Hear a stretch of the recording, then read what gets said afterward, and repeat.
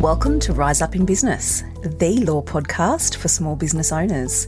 This podcast is designed to share important legal information without the stuffy legal jargon. I'm Tracy Milacrane. Let's get into today's episode. Hello everyone, welcome back to another episode of the Rise Up in Business podcast. As always, thank you so much for joining me.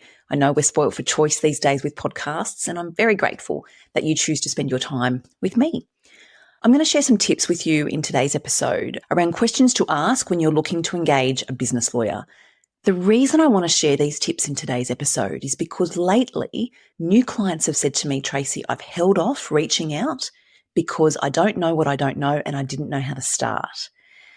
I've also heard stories of people ending up working with the wrong lawyer and the experience hasn't been great. It's cost them a lot of money because they've had to start again elsewhere. And I wanted to share this with you in case you're in that situation where you are wanting to engage a business lawyer, but you don't know where to start and you don't know what to ask.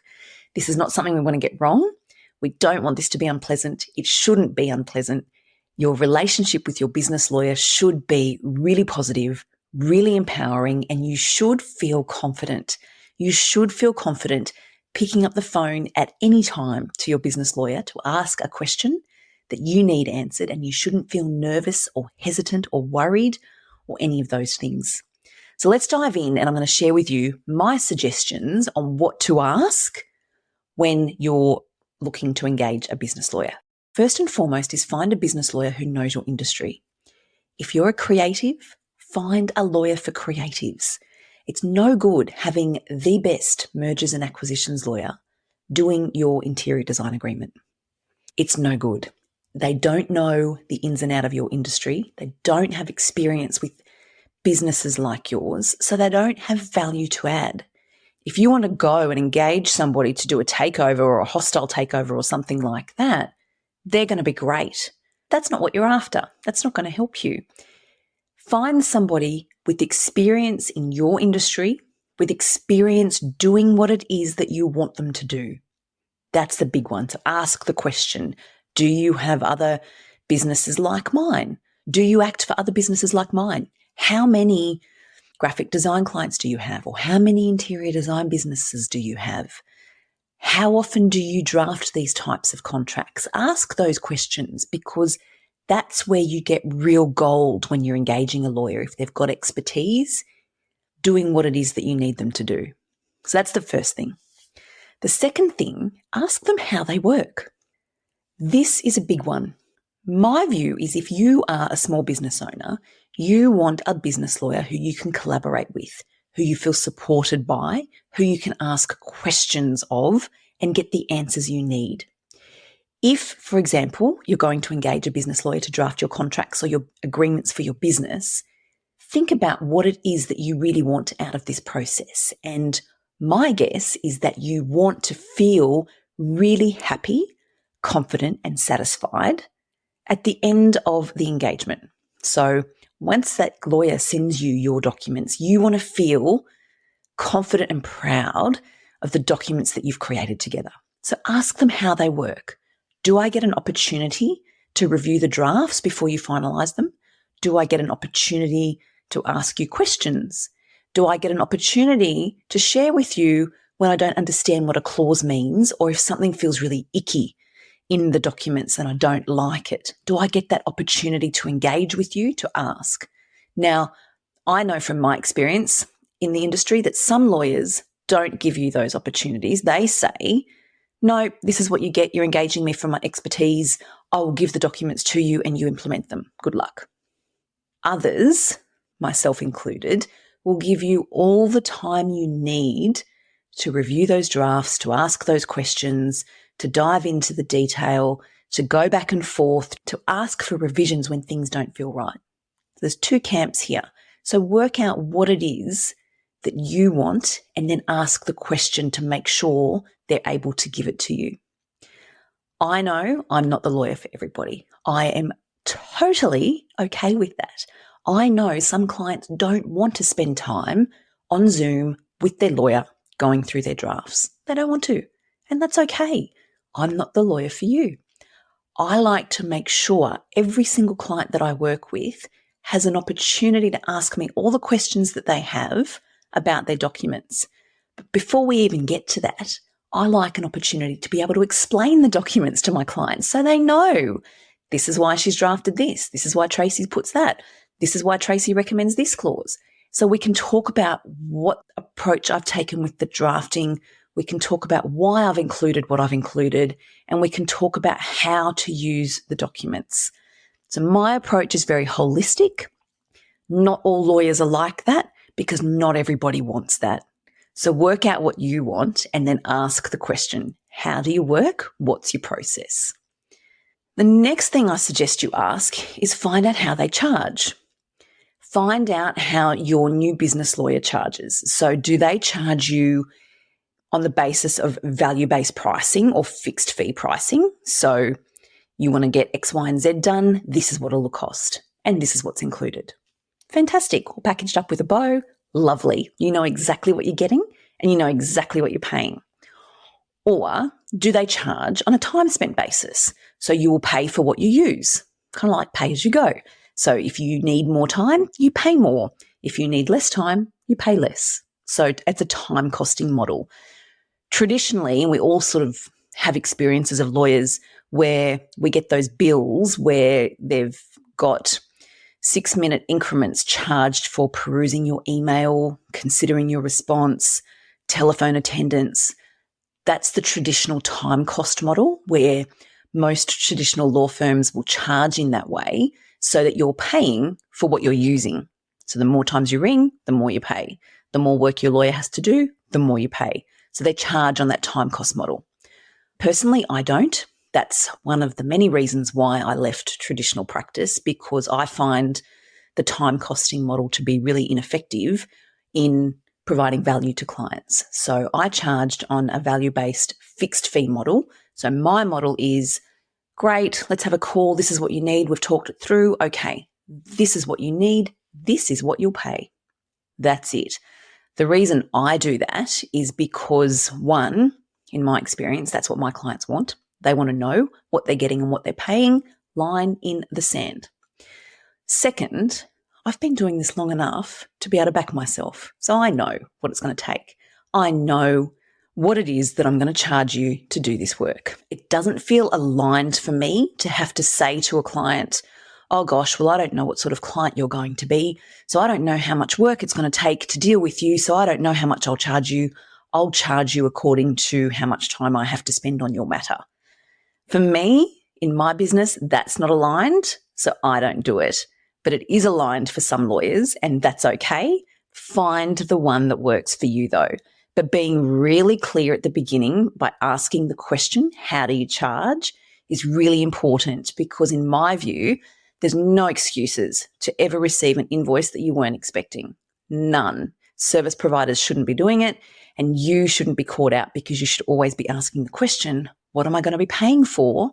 When am I paying? When am I expected to pay? What am I paying? Have crystal clear clarity on exactly how they charge and what you will be paying. The next question I suggest you ask, which is not something that probably jumps to the forefront of your mind, but ask them how they like to be contacted. My view is when you're working with a business lawyer, you need access to them for the support that you need. You're not necessarily going to know the precise level of support you need. But when you do need it, how can you get it? How can you get the support you need? You're entitled to the support that you need. That's why you're engaging a business lawyer. So what does it look like to contact them? So ask the question, are you a lawyer that allows me to phone you and leave a message and will you call me back? Or is it email only? Or is there another platform? Other lawyers have different platforms and different methods of communication. For me personally, email or phone. I will answer my phone if I can, and if I can't, I'll return your call if you leave me a message. Similarly, I'm very good on email. So I'm very good on responding to emails, and then I'll always let you know my rough turnaround time. Depending on my workflow, I'll always let you know. So I always have that conversation with my clients. If you've got questions, reach out this way. I'll get back to you. And some clients love the opportunity to pick up the phone. Others don't. They prefer to send an email when it comes to their mind. And that way they know that they've dealt with it and I'll get back to them when I can. Every lawyer is different, so ask the question because you need to know that who you're engaging is able to provide you with the support that you need, and knowing how best to communicate is really important. We're actually working through my mum's probate at the moment, and the lawyer who we're dealing with is very good, but he's non-responsive on email. He's just non-responsive on email. And I worked that out really quickly because I asked the question, but he answers the phone every single time I ring. He answers my questions there and then he actions it. So I know not to email him. He probably won't see it. He probably won't read it. I'm better off just picking up the phone. Fantastic. That's cut out so much delay and frustration. Imagine if I was still sitting here a week later going, oh gosh, he hasn't responded to my email. I worked out early on, he probably hasn't seen it. I'll pick up the phone and ask the question. So the same goes for you. Work out early on how it is that your business lawyer likes to be contacted and do that. That saves so much time and frustration. And the fifth point that I want to share, it's not so much a question, but a hot tip. And that is jump on a call with a business lawyer before you engage them. Your relationship with your business lawyer is really important. And I just spent time talking about the support that you need and making sure you get the support that you need. It's a really important relationship, and the role that the business lawyer plays is a really important one as a deeply trusted advisor for what you need in your business. Therefore, it's important that you vibe with them. It's got to feel right. If there's friction, or if it's a rough, or if you're just missing each other, or it just doesn't feel right, then chances are it's not going to be long-term, and chances are it's probably not going to be a professional relationship that's going to serve you. You need to vibe with them. So looking at someone's website is one thing. Following them along on social media is another. That's great. But it's very different when you actually get on a call with them. Just pick up the phone, have the conversation. Most lawyers will offer you the opportunity for a free chat. We most certainly do, because you need to feel comfortable that this is the right lawyer for you and that you have that connection and it feels right. Because like all relationships, if it doesn't feel right, it's time to move on and find somebody where it does feel right so you can get the support that you need. So like I said, it's not a question, this particular point. It's just my hot tip, big takeaway. Jump on a call with them before you decide to engage them to make sure it feels right. And if it doesn't feel right, keep looking, because it's too important of a relationship to get it wrong and too important of an investment in your business for it to not work.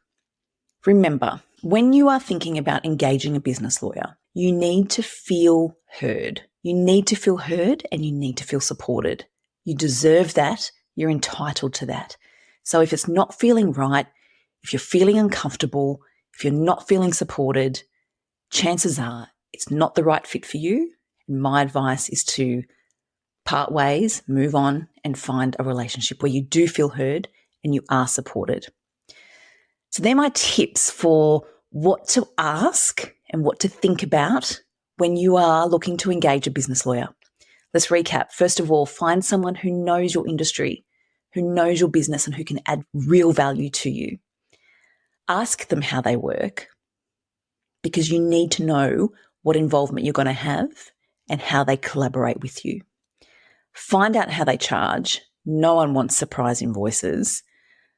Ask them what the best way is to contact them. That's really important for long-term success. And jump on a call with them to make sure it feels right before you decide to engage them.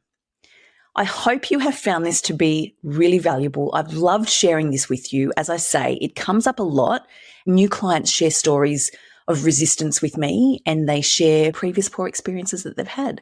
So my intention with sharing this with you is to help you move forward with confidence when you're looking to engage a business lawyer and hopefully avoid some of the pitfalls that I've seen people experience in the past. As always, if you know someone else in business who you think would benefit from listening to this episode, please feel free to share, because together that's how we get the podcast into the ears of even more business owners. Thank you so much for joining me. As always, I appreciate your time and I'll catch you next week.